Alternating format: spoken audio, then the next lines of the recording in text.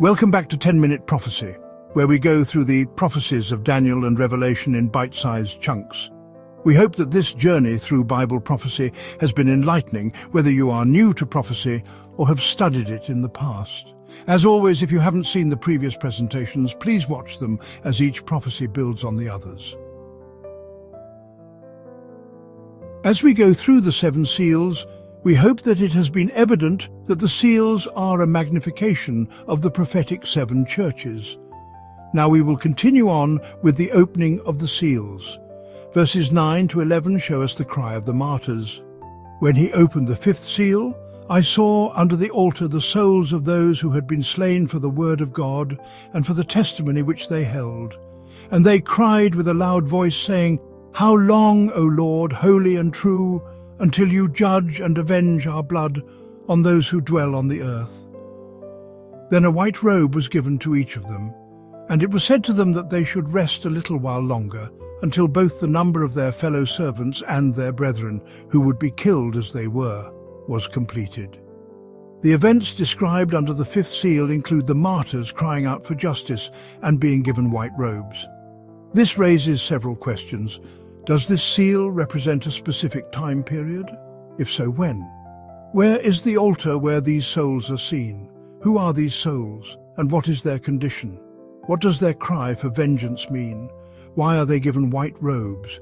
What does it mean for them to rest a little season? And what is the significance of others being killed as they were? These questions can all be answered clearly. The 5th seal covers a period of time. Like the other seals, the 5th seal represents a specific time period. If the earlier seals are correctly understood, this seal begins after the period of papal persecution.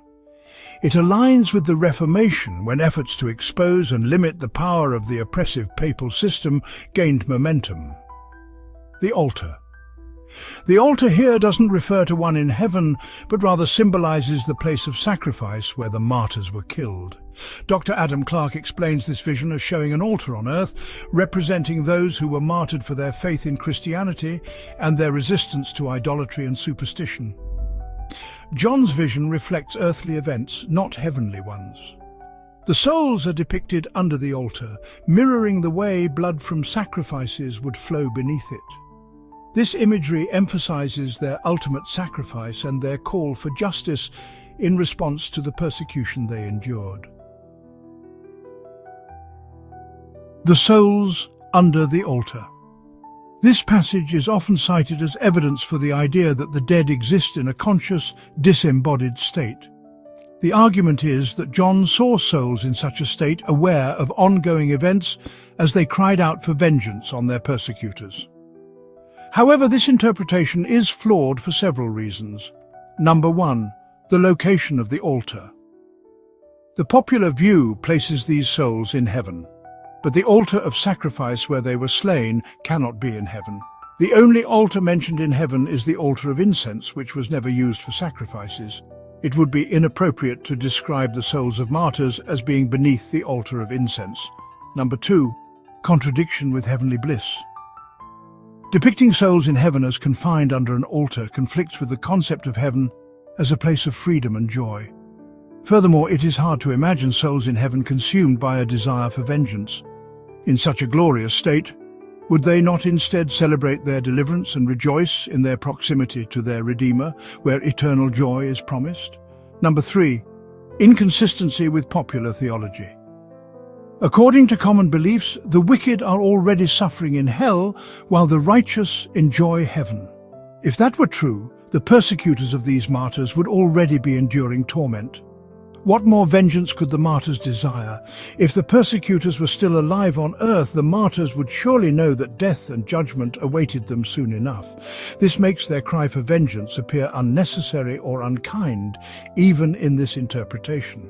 In light of these points, it seems clear that either the popular understanding of what happens when you die is flawed, or the interpretation of this passage needs to be reconsidered, as the two ideas are incompatible. Some argue that these souls must be conscious because they are described as crying out to God. However, This reasoning overlooks the literary device of personification, where inanimate objects or abstract concepts are given human traits like life, action, or intelligence. For example, in Genesis chapter 4, verses 9 to 10, Abel's blood is said to cry out to God from the ground. In Habakkuk chapter 2, verse 11, the stones of a wall are described as crying out and the beams as answering. In James chapter 5, verse 4, the wages withheld from laborers cry out, and their cries reach the ears of the Lord of hosts. Similarly, the souls mentioned in this passage could be described as crying out without implying they are conscious. It is a symbolic expression rather than a literal one. Albert Barnes highlights the inconsistency in the traditional interpretation of this verse with the following clarification. We are not to suppose that this literally occurred, and that John actually saw the souls of the martyrs beneath the altar, for the whole representation is symbolical.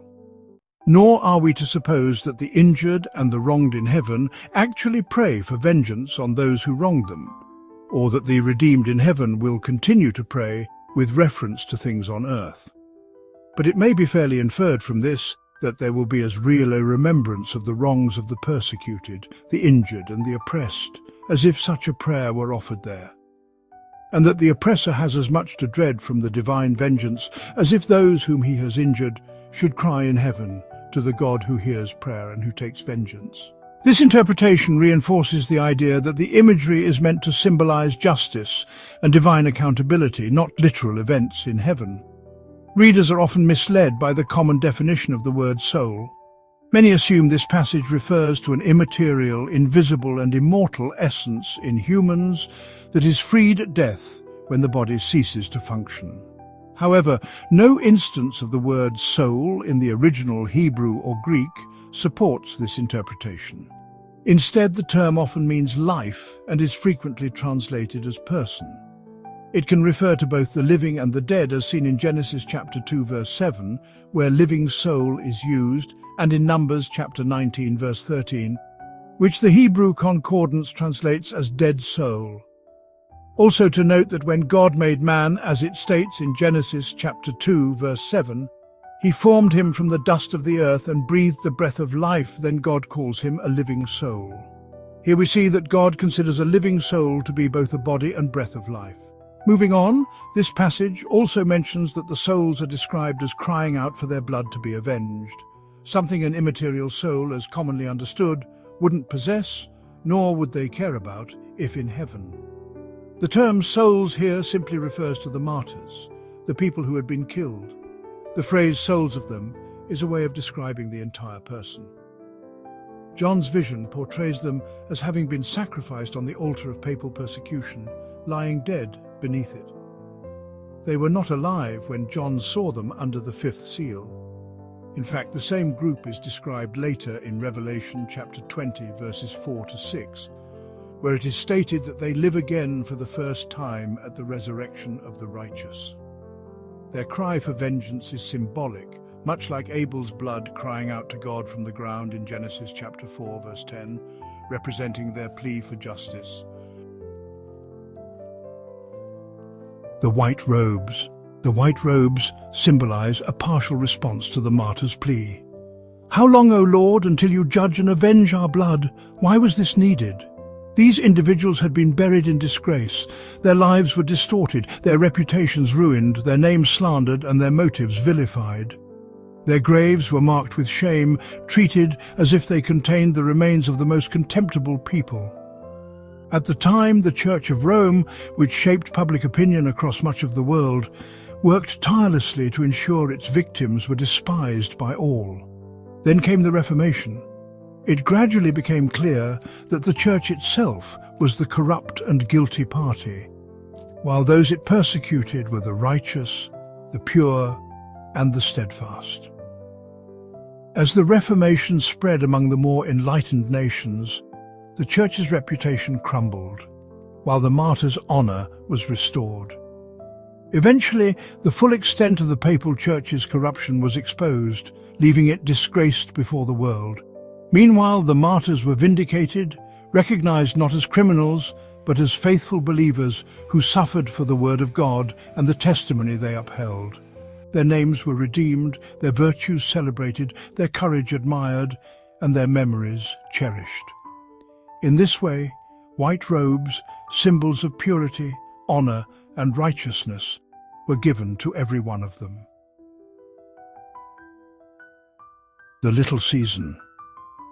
Even after the Reformation had spread widely and gained strong footing, the brutal actions of Romanism didn't completely stop. There were still several horrifying outbreaks of persecution fueled by the hatred of the Roman Church. Countless individuals were punished as heretics and added to the growing ranks of martyrs. The complete vindication of their cause was postponed for a little season.